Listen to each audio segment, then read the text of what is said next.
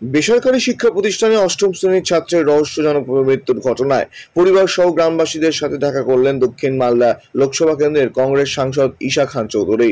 ঘটনার পর 12 দিন পার হলেও মৃত ছাত্রের দেহ ফ্রিজে রেখেছে ভূতনি থানার কেটারটোলা গ্রামের বাসিন্দারা। পুনরায় ময়নাতদন্ত এবং বিদ্যালয়ের প্রধান শিক্ষকের বিরুদ্ধে ব্যবস্থা গ্রহণ করা হোক বলেই দাবি পরিবারের।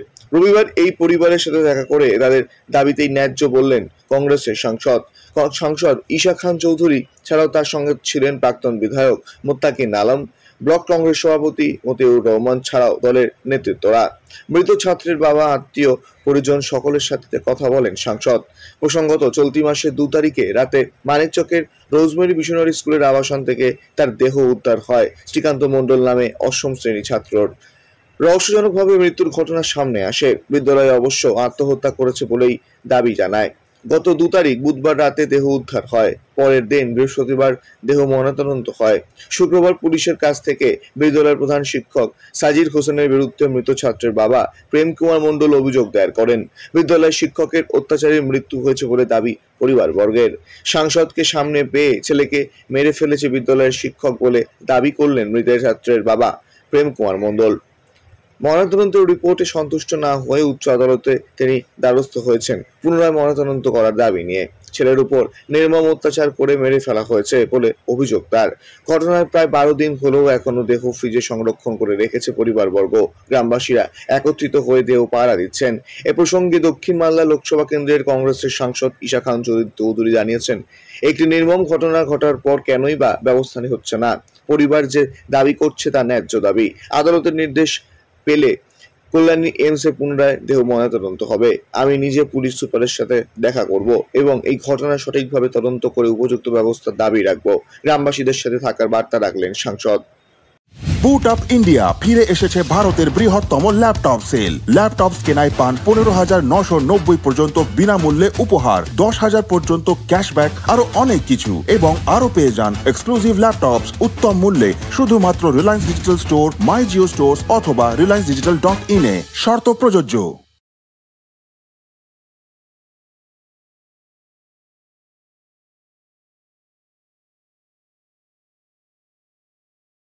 আজকে 13 দিন হয়ে গেল তো। দেহ কি অবস্থা? দেহ ভালো আছে, ডিপ ফ্রিজের ওকে আমি রেখেছি। আমরা চাই যে আমাদের মানে সূক্ষ্ম বিচারটা চাই, এই জন্য আমরা দেহকে রেখেছি।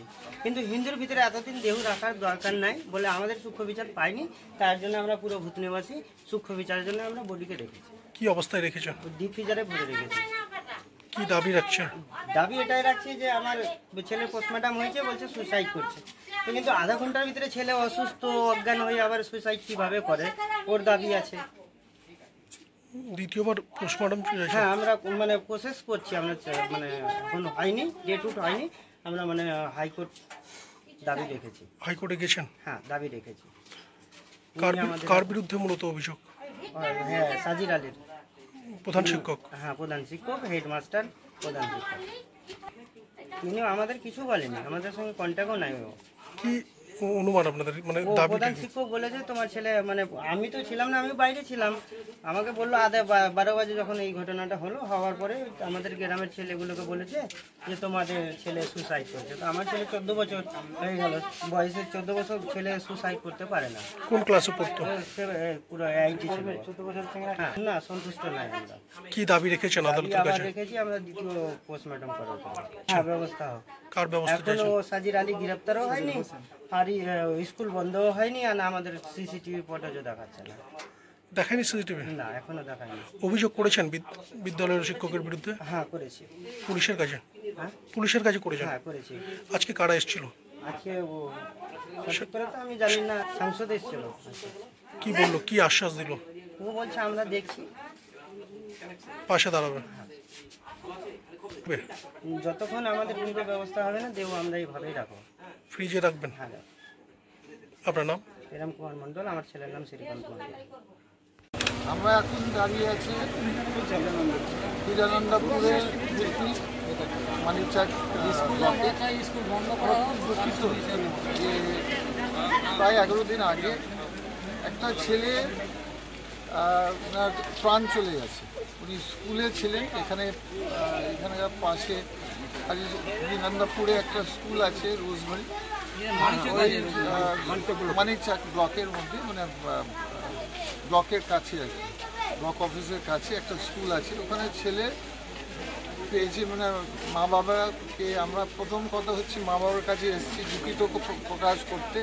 আমার সঙ্গে আছে আমাদের প্রাক্তন এমএলএ মোতাকিম সাহেব, আমাদের ব্লক প্রেসিডেন্ট, আরও আমাদের লিডার আছে কংগ্রেস থেকে। তো আমরা শুনতে পেরেছি মা বাবা সন্তুষ্ট নেই যে তদন্ত হয়েছে। এখন সুসাইড বলছে রিপোর্টটা, যে পোস্টমর্টম রিপোর্ট, কিন্তু মা বাবা তো আমরাও চাইছি এর থেকে ভালো একটা তদন্ত। কারণ দেখুন, প্রত্যেক ঘরে থাকার উচিত সিসিটিভি ক্যামেরা। আমাদের প্রথম কথা হচ্ছে সিসিটিভি ক্যামেরা যদি থাকতো তাহলে জিনিসটা ক্লিয়ার হয়ে যেত। সিসিটিভি ক্যামেরা স্কুলে চলছে না কেন, এটা একটা প্রশ্ন। 2 নম্বর প্রশ্ন হচ্ছে যে এরা আমাদের দাবি হচ্ছে যে আর একটা রিমেডিকেল হোক, আর একটা পোস্টমর্টম সেকেন্ড টাইম হোক, নাহলে আমরাও তো সন্তুষ্ট হচ্ছে না। কারণ 14 বছরের ছেলে কি করে সুইসাইড করে, কোনো জবাব নেই, কোনো মিনিং নেই, কোনো কারণ দেখাচ্ছে না স্কুল, খালি বলছে।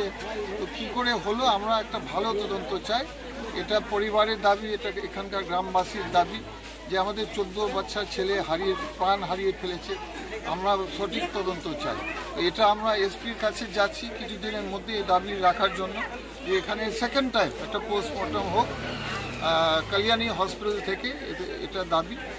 আর 2 নম্বর আরও এভিডেন্স ভালো করে তদন্ত করো। স্কুলের সিসিটিভি ক্যামেরা চেকিং হলো না, হয়নি কেন, আরও তদন্ত চাই। স্কুল তাহলে ভালো তদন্ত না হলে স্কুল তো যাবার উচিত পুলিশের, ওখানে তদন্ত করার কী করে হলো না হলো। আর এগুলো তো আমরা সন্তুষ্ট নেই, আমরা ভালো তদন্ত চাই। কোথাও কি তদন্তে গাফিলতি রয়েছে মনে করছেন? দেখো, যেখানে একটা সুইসাইড বলা হচ্ছে, তো একটা প্রমাণ দেখান। মানে এখানে আপনার ক্যামেরা চলছে না কেন, কমসে কম একটা স্কুলের ক্যামেরা চলার উচিত, তাহলে মানে ওখানে তো একটা সমস্যা আছে। আগামী দিন যদি কিছু হয় আবার স্কুলে, ওখানে ক্যামেরা চলছে না, এটা কোনো জবাব নেই। আমরা চাই সঠিক তদন্ত হয়েছে, কিন্তু আমরা চাই সঠিক তদন্ত। পরিবার তো আদালতের দ্বারস্থ হয়েছে, কিভাবে পাশে দাঁড়াবেন পরিবারের পাশে একটা নাম্বার আমি দিচ্ছি। আমিও দাবি রাখছি যে কল্যাণী আমাদের এইমস হসপিটাল আছে, এখানে রিমেডিকেল হোক, একটা সেকেন্ড টাইম আমরা একটা পোস্টমর্টম চাইছি, ওটাকে বলে রিমেডিকেল। ওটা রিমেডিকেল ওখানে হওয়ার জন্য একটা কোর্ট কেস শুরু হয়েছে, গ্রামবাসীরা, মা বাবারা। আমি ওখানে একটা চিঠিও দিয়ে দেবো রিমেডিকেল হওয়ার জন্য। আর তদন্তর তরফ থেকে, পুলিশের তরফ থেকে আমি এসপির সঙ্গে 1-2 দিনের মধ্যে আমি প্রাক্তন এমএলএ সাহেব আমরা এসপির সঙ্গে কথা বলবো। আমরা দাবি করব যে ভালো করে তদন্ত করে কেসটাকে দরকার আছে। মালদা থেকে পরিতোষ সরকারের রিপোর্ট, কুলিক নিউজ।